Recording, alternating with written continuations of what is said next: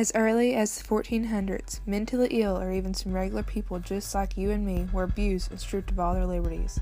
They were beaten, experimented on, and told they were not even worth living. The worst part? Most of the patients were stripped of their voices and left alone without any defense. No voice to stand out against their abuse. No one to tell them or their abusers that they deserved better. No way to escape the hell they faced every single minute of every single day. This project can in no way signify the torture they faced on a daily basis, as can no documents or photographs from the era show exactly how excruciating the pain was. All that can be done now is exploitation of the awful crimes committed in the hope that this type of inhumane torture would be discontinued forever. While this took place all over the world, from the European territories during the medieval era to France during the 17th century, but the most notorious were in England and America.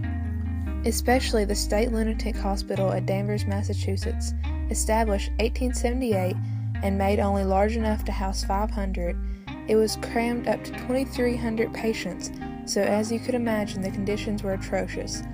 It was also rumored that the location was already haunted because it's the same land that was used in the Salem witch trials. Also notorious is the Bethlem Royal Hospital in London, England. Established in 1357 as the world's oldest known institution specializing in the mentally insane.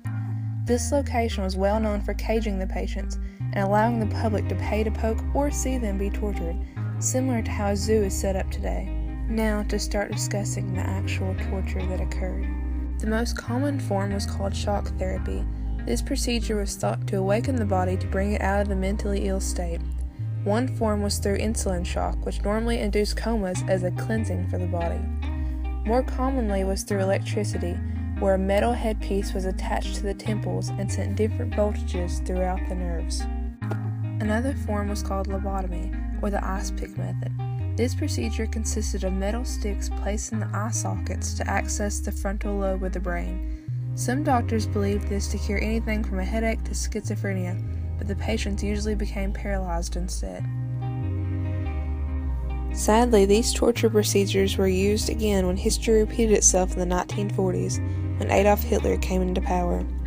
While he gassed millions of Jews, one of his partners, Dr. Joseph Mengele, was experimenting on innocent children, also without a voice for themselves. He especially loved twins and would do awful procedures such as trying to conjoin their tiny bodies or removing crucial organs just to study the results. Overall, millions beyond millions of innocent and mentally insane fell victim to this torture for multiple centuries, all against their will. Most were born with these impairing conditions that prevented them from being sociably accepted as normal. While most did require some form of medicine or special attention, this torture was not necessary under any circumstances. People were disposed of and experimented on just like they were animals.